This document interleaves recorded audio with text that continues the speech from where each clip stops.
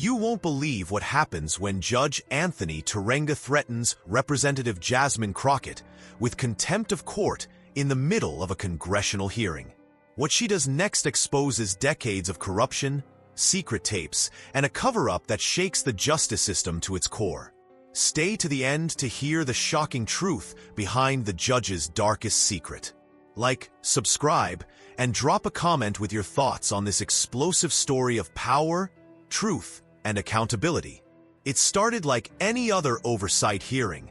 Suits filled the benches, the cameras rolled, and America tuned out, assuming it would be just another day of procedural grandstanding. But this time was different. This time, it wasn't just about political theater. This time, someone tried to silence a voice that has risen, sharply, unapologetically, through the smoke of congressional noise. And in trying to jail her, they ignited something far more powerful than they imagined. Judge Anthony Terenga had a reputation. Elected on a wave of law and order promises, he wore his robe like armor, stiff, sanctimonious, and some would argue, dangerously emboldened. He'd been invited to the House Judiciary Committee to speak on prosecutorial discretion. But from the moment he sat down, it became clear this wasn't going to be a panel of equals. This was a turf war, and he came ready to reassert judicial dominion. Representative Jasmine Crockett, by contrast, didn't show up to play power games. She was there to speak truth, sharp, informed, and utterly uninterested in pageantry. For months, she had been investigating a troubling rise in politically motivated detainments within federal courts, and Judge Terenga's court, Southern District of Texas, had surfaced again and again. Her line of questioning wasn't just pointed. It was surgical, measured. Each word carried the weight of lived experience, community pain, and constitutional gravity. The tension in the chamber began simmering less than 5 minutes into her cross. She opened with a quote, not hers, but his. In the pursuit of justice, Terenga had once written in a legal opinion, bias must be cut from the bench like rot from an orchard. Crockett let the silence hang after she read it aloud. Then she looked up, eyes locked. Do you believe you've lived up to that standard, Your Honor? That was the spark. Terenga's expression hardened, and you could almost feel the collective inhale of the room. What followed wasn't a shouting match, but something far more devastating. A slow, deliberate excavation of power, with nothing more than court transcripts, arrest records, and his own rulings. Crockett began unraveling a pattern Terenga had fought for years to keep in the shadows. Her questions cut beneath the surface, beyond party lines, deep into the racialized architecture of modern judicial overreach. Why had 93% of contempt charges in his court fallen on Black and Latino defendants? Why did prosecutors aligned with certain PACs get special scheduling privileges? Why had a 17-year-old high school student been remanded without bail for disrespecting a magistrate during a protest? With each inquiry, Terenga's composure wavered. Then came the moment. Crockett held up a single sheet of paper. It was thin, flimsy, almost unimpressive. But the courtroom hushed when she raised it. Your Honor, this is the detainment order you issued on March 12th, she said. A contempt citation against activist Tyrese Waller, age 19, for refusing to remove a no justice, no peace pin during trial. She turned to him again. Do you remember what you said to justify that order? He didn't answer. She read it aloud. Courtrooms are no place for slogans, and emotional disruption must be punished as deterrent. The pause that followed wasn't just uncomfortable. It was suffocating, because what came next was unthinkable. Terenga interrupted her mid-sentence. Congresswoman, if you continue down this path, I'll move to censure you for misconduct. And if necessary, I'll see to it that your disruption is reviewed by federal ethics committees. You are dangerously close to contempt yourself. Gasps, murmurs, audible shock. The idea that a sitting judge, on public record, would threaten a member of Congress with legal repercussions during a hearing? Unprecedented. But he wasn't bluffing. He pulled out a manila folder and tapped it on the desk. "I've already prepared a formal complaint," he said coldly. "If you proceed with what I consider slanderous attacks on the bench, I will submit it within the hour." And for a second, the room froze.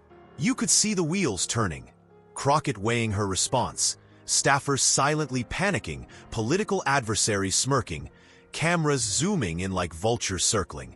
Her career, her reputation, and possibly her liberty were all being placed on a knife's edge.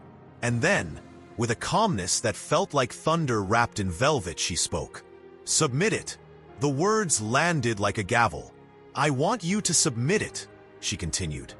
"Because the minute you do, it becomes discoverable. And then the American people can see what justice looks like when it's held hostage by men who mistake robes for shields. Do it, Judge. I'll subpoena every internal memo you've ever signed, every clerk's complaint you've buried, every sealed transcript you thought would never see daylight. You want a legal war? Let's have one. Because this time, sir, it won't be fought in the dark." The room erupted, not in applause, but in pure electric silence. One of those silences that feels louder than any roar. Terenga didn't blink, but his hands, those hands that once presided over hundreds of sentencings, trembled ever so slightly. And then, he made a decision he would regret for the rest of his career. He stood. "I move that this hearing be paused," he barked. "I request an immediate recess. I will not be slandered by political actors masquerading as legislators." But he was too late. Crockett's team was already uploading clips. Her legal aides had filed FOIA requests in triplicate. And on social media, a hashtag had already begun trending. Hashtag submitted Terenga. Still, none of this compared to what happened next. Because just as Judge Terenga turned to leave the chamber, he was met by someone he didn't expect. Someone whose testimony had been quietly added to the docket late the night before. A man who had once sat in Terenga's courtroom, shackled, silenced, and nearly erased. His name was David Malone. And when he walked in, the room didn't just shift. It cracked open. He stood tall, with the slow dignity of a man who had lost everything but his truth. And when he opened his mouth to speak, what he said would not only expose the rot at the heart of Terenga's court, but also tie it to something far deeper, far more explosive than anyone watching could have predicted. Something buried in Terenga's past. Something Jasmine Crockett already knew. And just like that, the hearing was no longer a battle of egos. It became a reckoning. The doors hadn't even finished closing behind Judge Terenga when David Malone stepped into the witness chair. A tall black man in his mid-50s, Malone carried himself not like a victim, but like a survivor of something most Americans could not begin to comprehend. His eyes didn't seek sympathy. They sought accountability. And as he settled into the seat just vacated by Terenga, the room felt the shift immediately. Chairwoman Gomez leaned into her mic. "Mr. Malone, we thank you for your time. Would you like to proceed with a prepared statement or begin with the Congresswoman's questions?" Malone didn't hesitate. "I'll speak from experience." And he did. What followed was not a speech. It was testimony. And it unraveled everything Judge Terenga had spent decades carefully curating. Malone began in 2006, detailing how he had been arrested during a peaceful protest against predatory lending in Houston. Back when those practices were being ignored by local politicians and shielded by federal courts. He had been charged with obstruction and disrespecting the court for refusing to remove a t-shirt that read, "I am not alone." At the time, he was a union leader, a father of two, and a former Army staff sergeant. He had never been in trouble with the law. But Terenga's court didn't see a veteran or a community organizer. They saw a black man standing tall, and they moved to break him. Malone was held in contempt within 14 minutes of his initial hearing. The transcript showed that he asked a question about his rights. Terenga called it grandstanding, and ordered him removed from the courtroom. When he refused to sign a gag order offered by a federal mediator, he was placed in solitary confinement. "I lost my house while I was in there," Malone said. "I lost my job. My kids were too young to understand why their father vanished. My mother passed without me by her side. That court didn't sentence me to prison, but it sentenced me to erasure." Crockett leaned forward. "And this occurred without a formal conviction?" He nodded. "All under contempt powers. Judge Terenga called me a symbol of civil disruption. That's on the record. He said my presence in the courthouse constituted a risk to judicial order. He didn't need a trial to punish me. He used his robe to bypass one." Murmurs rippled through the audience, but Malone wasn't done. He pulled out a black leather notebook. Inside, he had documented every interaction, every hearing, every humiliating note passed between court officials who mocked his dress, his speech, even his prayers. One of the bailiffs, whose name Malone still remembered, once laughed as Malone quoted the Constitution in a filing. "You really think that matters in this courtroom?" the bailiff had said. That notebook had become Malone's shield in the absence of legal recourse. For 17 years, it was the only thing that kept the truth alive when every court refused to hear his appeals. And now, it was being read aloud on the record, in front of the same Congress that once ignored stories like his. But what pierced the room even more than the words was the next document Crockett entered into evidence. An email, one dated April 4th, 2006, sent from a private server belonging to then federal prosecutor Anthony Terenga. The recipient? A PAC-affiliated donor who had recently purchased distressed real estate formerly occupied by protesters like Malone. The subject line was chilling. Handled. There was no attachment, no body. Just that one word. But it was enough. Enough to draw gasps from members of both parties. Enough to force the hand of the committee chair, who whispered urgently to counsel before slamming her gavel for order. Enough to shake Terenga's carefully insulated myth of judicial impartiality. Suddenly, this wasn't about a single contempt charge anymore. It was about collusion. It was about a judge who'd blurred the lines between punishment and profit. And the deeper Crockett dug, the more the pieces clicked into place. The same donor listed in that email later sold those properties at triple the value, after protesters had been forcibly removed or jailed. Terenga's court had issued over 110 contempt citations that year alone, 86% of them targeting organizers or activists involved in anti-corporate demonstrations. And in all those cases, no formal charges had been pursued by the DA. It was purely discretionary punishment, weaponized through the robes of the judiciary. It was legalized retaliation, and as Malone paused, trembling not from fear but from fury held for too long, Crockett gave him space to breathe. Then she turned to the panel.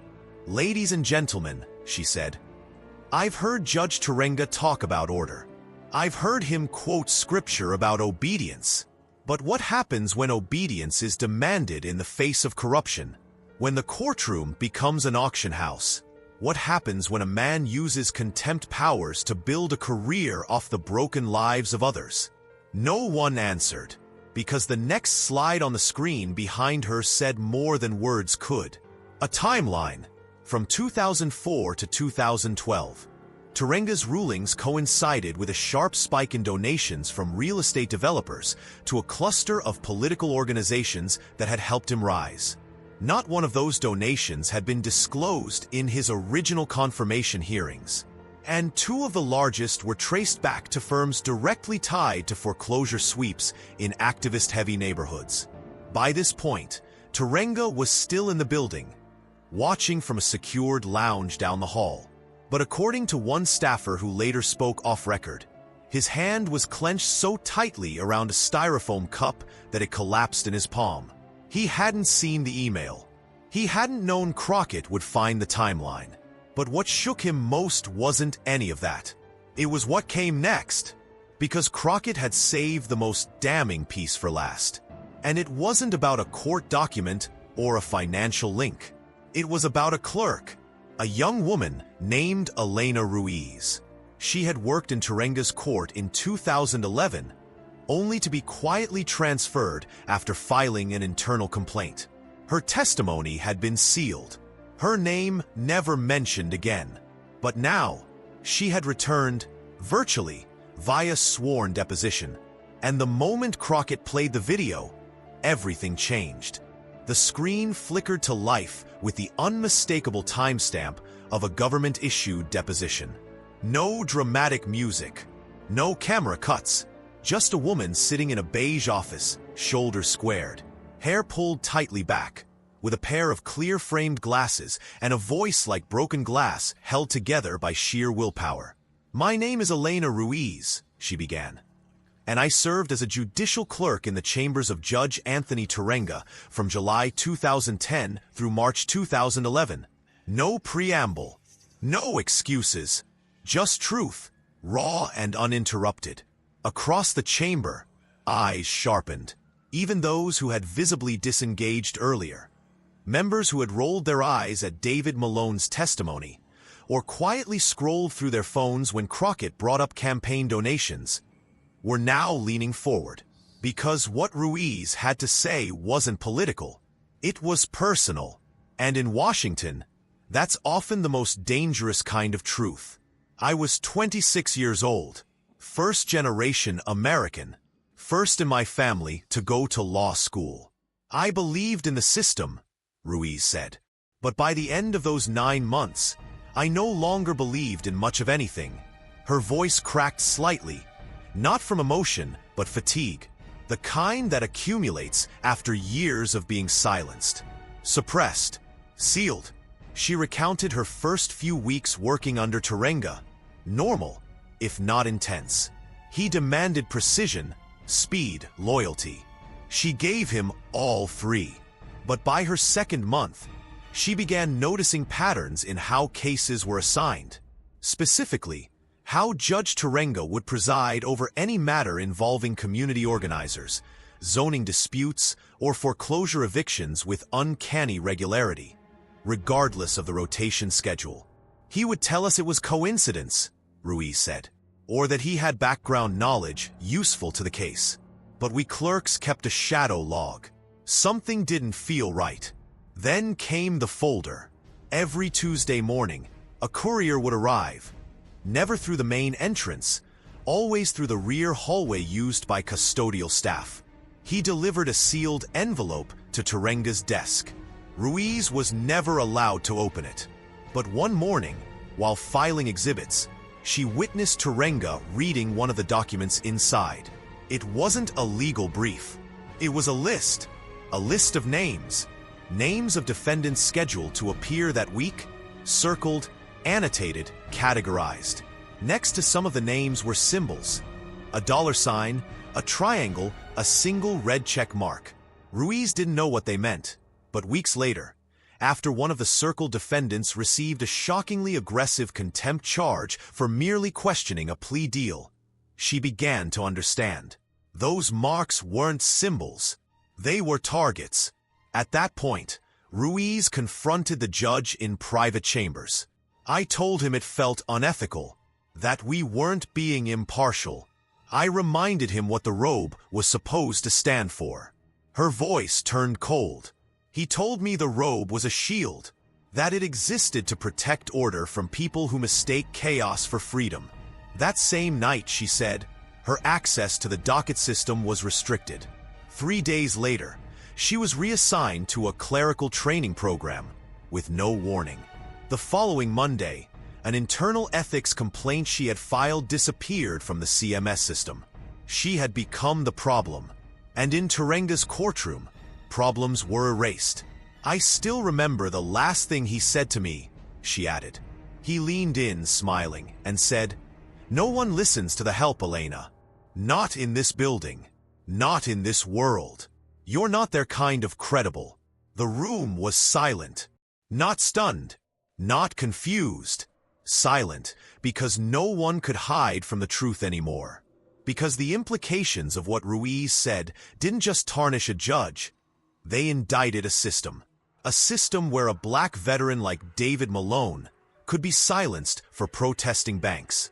A system where a Latina clerk could be buried for trying to uphold ethics. A system where a federal judge felt comfortable threatening a sitting congresswoman on live TV. Because he'd never faced consequences before, Crockett let the testimony play to the end, then rose from her seat.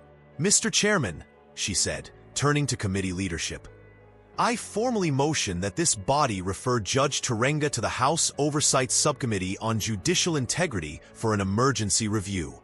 And I further recommend that his docket be suspended pending the results of an internal ethics audit." There was no debate. Even Terenga's traditional allies, the stone-faced traditionalists who usually bristled at Crockett's tone, her confidence, her insistence, said nothing. The truth had suffocated their ability to protect him. But the story wasn't over, because Crockett had prepared for something even deeper. She moved to the screen once more and pulled up a document that hadn't yet been shown. A personnel memo, short, official, and marked with a redacted name at the top. "This," she explained, "is the application for judicial nomination submitted by Anthony Terenga in 2002. Page 7 includes a statement where he's asked to disclose any prior conflicts of interest, affiliations, or external relationships that could impact judicial impartiality." She highlighted a section of text. "There is no such conflict. I have never received financial or political benefit from entities with interests before the court." Her voice was slow, intentional. "Yet," she said, tapping the screen, "this week, we discovered a shell entity in Delaware that had received over $450,000 in donations between 2003 and 2011 from real estate development firms, several of which had litigation before Terenga's court. That shell entity funded campaign ads promoting his judicial candidacy, hiring a consulting firm operated by a cousin he never disclosed. It was surgical. It was devastating. And it was corroborated by IRS documents already submitted into the record. Terenga's alleged neutrality, his whole professional mythology, was collapsing in real time. Yet Crockett's expression didn't change. She didn't gloat, didn't raise her voice. She simply let the truth echo. Because for people like Elena Ruiz and David Malone, justice wasn't performance. It was survival. And now, that fight had crossed a threshold. The cameras were still rolling. The hashtag submitted Terenga had exploded into trending territory nationwide. Crockett's office was being flooded with statements from former defendants, clerks, and legal advocates who had long suspected Terenga's abuses but lacked the power to act. But what happened next cemented this hearing into the annals of congressional history. Because as Crockett sat down, exhausted but unwavering, her staff handed her a single-sheet document that had just arrived from the Department of Justice. Stamped urgent, marked confidential. It was a letter, signed by the Attorney General, and what it said would not only end a career, but potentially trigger the largest judicial investigation in decades. It was just one page, no more than a couple hundred words. But when Jasmine Crockett unfolded the letter marked urgent and saw the embossed seal of the Department of Justice at the top, the oxygen in the chamber seemed to vanish. She didn't speak immediately. She let the paper sit in her hand for a moment, like she was weighing its implications, not just its weight. And then, with the slow precision of someone who knew the nation was watching, she looked up and said, "This letter is from the Office of the Attorney General. It confirms receipt of multiple complaints pertaining to judicial misconduct, financial impropriety, and obstruction of justice regarding Judge Anthony Terenga. Effective immediately, the DOJ is initiating a formal inquiry into the conduct of Judge Terenga under Federal Statute 28 U.S.C. Section 372C. A ripple tore through the chamber like an aftershock. The audience, members of the press, legal observers, congressional staffers, sat paralyzed. This wasn't just procedural anymore. This was historic. Federal judges rarely, if ever, face immediate inquiry from the DOJ unless there is overwhelming, and often explosive, evidence of institutional betrayal. And now, live on national television, that hammer had been raised. But the letter didn't stop there. Crockett continued, her voice low but loaded with gravity. The letter also stipulates that Judge Terenga's recent actions during this congressional hearing, specifically his threats of censure, attempts to preemptively silence a member of Congress, and his apparent willingness to interfere in a federal inquiry, are themselves being referred for emergency review by the Office of the Inspector General. That wasn't a hammer. That was the floor collapsing under Terenga's feet. And as if on cue, reporters began leaving their seats, bolting from the chamber to file updates in real time. Phones buzzed. Tablets lit up. Producers scrambled behind broadcast booths. In the span of less than an hour, what had started as another dry oversight session had become the epicenter of a political earthquake. But Crockett wasn't finished. She flipped to a second page, attached to the DOJ letter, containing a preliminary list of documents the Justice Department was now requesting. Case logs, campaign finance records, internal memos, and, most strikingly, an encrypted digital archive subpoenaed from a PAC-affiliated consulting firm whose name had been quietly linked to Terenga's campaigns for years. For the first time in decades, the office of a sitting federal judge was being peeled open like a crime scene. And what stunned everyone wasn't just the scale of the probe, but how quickly it moved. Because while Crockett was reading that letter, another scene was unfolding just a few floors below. U.S. Marshals, 5 of them in suits, armed not with weapons but with a federal order. They weren't there to arrest Judge Terenga. Not yet. But they were there to escort him from the premises, to place him on administrative hold pending investigation, strip his access to judicial systems, and seize any devices or files he may have brought to the hearing. His security clearance had been temporarily revoked. According to 2 aides who witnessed the interaction, Terenga didn't speak, didn't protest, didn't even flinch. He simply stood, hands slightly shaking, eyes locked on the floor, and walked out without a word. But if he thought the worst was behind him, he was wrong. Because the true reckoning was only just beginning. Back inside the hearing room, Representative Crockett addressed the gallery. For decades, this country has treated certain robes as if they were above reproach, as if justice cannot be questioned when delivered by a gavel. But what happens when the gavel becomes a weapon? When the robe becomes a mask? She turned toward the panel again. This hearing was never about humiliation. It was never about vengeance. It was about accountability, about shining light where darkness had been manufactured for years. Then she did something no one expected. She pulled out a folded note, handwritten, personal. "This was given to me moments ago by someone in the gallery," she said. A woman who asked to remain anonymous, but who recognized David Malone when he spoke. She was a juror on one of his cases. She says she remembers being confused by the judge's instructions. Says they didn't match the evidence presented. She wrote, "We convicted him because we were told there was more we couldn't see. I now believe we were lied to." Silence again. But this time, it wasn't just somber. It was sickened. Because that note represented something far more terrifying than misconduct. It suggested systemic manipulation of juries by a sitting judge. Suggested that Terenga didn't just intimidate from the bench, he controlled outcomes through the very language of law. And that, more than any campaign dollar or contempt citation, was what shook the institution to its core. Chairwoman Gomez conferred with committee counsel before returning to her microphone. "In light of this new evidence," she announced, "this hearing is now considered an emergency inquiry into potential judicial fraud. All relevant witnesses will be placed under protective advisement." And this committee will issue a formal request to the House Ethics Office to initiate a joint investigation with the Senate Judiciary Committee. That had only happened once in modern history. But now, it was happening again. And Terenga, who had once threatened Jasmine Crockett with contempt, had become the object of contempt from an entire government body. In the hours that followed, networks scrambled to catch up. Breaking news banners rolled across every screen. Federal judge under investigation for judicial misconduct. Crockett hearing erupts into historic inquiry.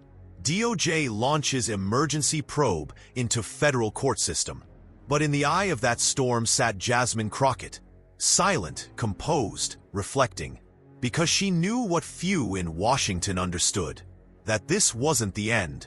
This was the beginning of a long overdue excavation of a justice system that had too often operated like a fortress, opaque, unassailable, and immune to scrutiny. That beginning continued later that night when Crockett appeared on PBS NewsHour and calmly said the words that became the quote of the decade. Some people wear robes to uphold the law, others wear them to hide from it. Today, we started separating the two, and with that, the public conversation shifted. No longer was this about one judge. It was about every system that enabled him, every clerk told to keep quiet, every protester punished for existing, every defense lawyer who watched their objections ignored while a smirking magistrate scribbled contempt rulings like autographs. And that final hammer hadn't dropped yet, because the next morning, a whistleblower would emerge. Someone from inside Terenga's chambers. Someone who had seen the archive. And what they would reveal would tear open the final, darkest chapter. The whistleblower didn't come through the front door. She didn't call a press conference, didn't leak documents to the Washington Post, and didn't message any of the usual congressional tip lines. Instead, she sent a private email to Jasmine Crockett's office, subject line. I was there. I kept the archive. I can prove everything.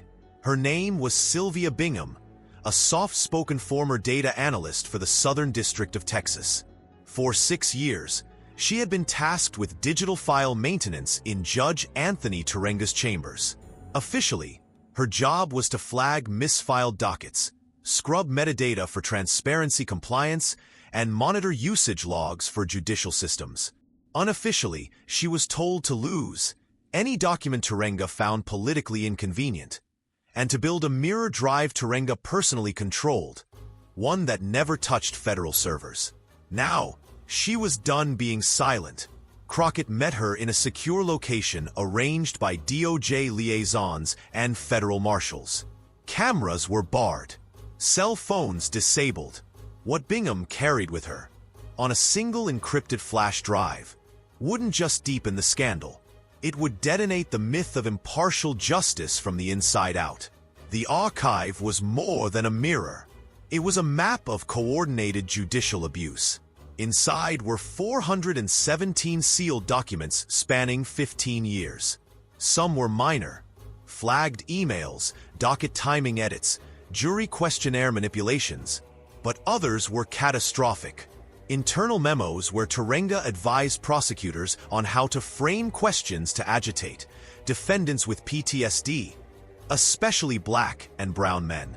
Deleted drafts of rulings with margin notes like too lenient for the narrative or optics, spreadsheets ranking local defense attorneys by predictability score. A metric allegedly derived from how easily they folded in pretrial hearings. But most damning of all were audio files. Dozens of them, quietly recorded in chambers by a paralegal who'd since died of cancer. She had left behind a hard drive, which Bingham had saved out of conscience. In one file, dated September 11, 2015, Terenga can be heard speaking with a fellow judge, laughing as he discusses the Waller case, David Malone's stepson. He thinks quoting Baldwin will save him, Terenga chuckled. You already know how I handle the poetic types. Extra month, call it disruption. The other man laughed. Then a silence. Then Terenga. If they get loud, I get louder. The robe always wins. That quote alone made front pages before sunrise. It became the headline heard around the country. The robe always wins. The story exploded across outlets from ProPublica to Fox News, uniting even the most divided commentators in stunned disbelief. Not because they were surprised. Many had long suspected how deeply corrupted parts of the judiciary had become, but because now there was proof. Cold, archived, unforgiving. Within 72 hours of Bingham's revelation, a formal multi-agency task force had been convened.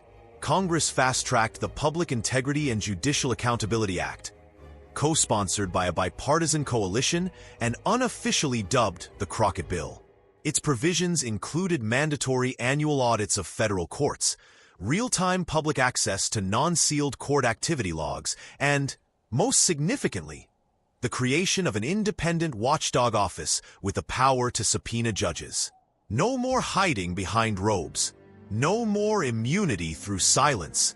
And as for Judge Terenga, the morning after the archive was authenticated, he was placed under federal investigation for abuse of authority, conspiracy to obstruct justice, and evidence suppression. By week's end, he had resigned from the bench under pressure. But the DOJ didn't stop there. A grand jury was convened. Criminal charges were filed. Civil suits stacked like cordwood. From the families of those wrongfully jailed under his contempt rulings to the whistleblowers whose careers were quietly destroyed. But none of this happened because of power. It happened because one woman refused to be silenced. Because Jasmine Crockett did what too few in Washington have the courage to do. She asked the one question no one else would. And when the blowback came, she stood her ground. Not with rage, not with slogans, but with evidence, with precision, with fearlessness. Her final speech before the House Judiciary Committee, delivered just 1 week after the archive went public, echoed beyond Congress. Justice isn't blind. That's a myth we sell to keep people calm. What justice really is a set of choices made by human beings. And when those choices are corrupted, the whole country pays the price. But when they are confronted, when truth becomes louder than robes, louder than threats, louder than history itself, then something incredible happens. Justice begins again. The room gave her a standing ovation, not because she'd won, but because she had reminded them what the fight was for. Months later, in an exclusive interview with 60 Minutes, Crockett was asked whether she feared retaliation for what she'd exposed. Her answer was immediate. You can't silence people who've already walked through fire. I come from where silence gets you buried. I'm not afraid of robes. I'm afraid of what happens when no one challenges them. That line, like her earlier one, went viral, and across courthouses nationwide, a quiet reckoning began. Judges reviewed their own dockets. Clerks whispered stories they'd never told. Advocates demanded transparency not just as a political promise, but as a public right. And the image that stayed with America long after the hearings ended wasn't Terenga in cuffs. It wasn't the DOJ press conferences or the congressional votes. It was a quiet moment, caught on a grainy phone camera, of Jasmine Crockett walking down the marble steps of the Capitol alone. No entourage, no staff, just a woman in a tailored blazer, carrying a manila folder. The same folder she had told Terenga to submit. And she had submitted it for him, to the people, to history. And now, history was listening.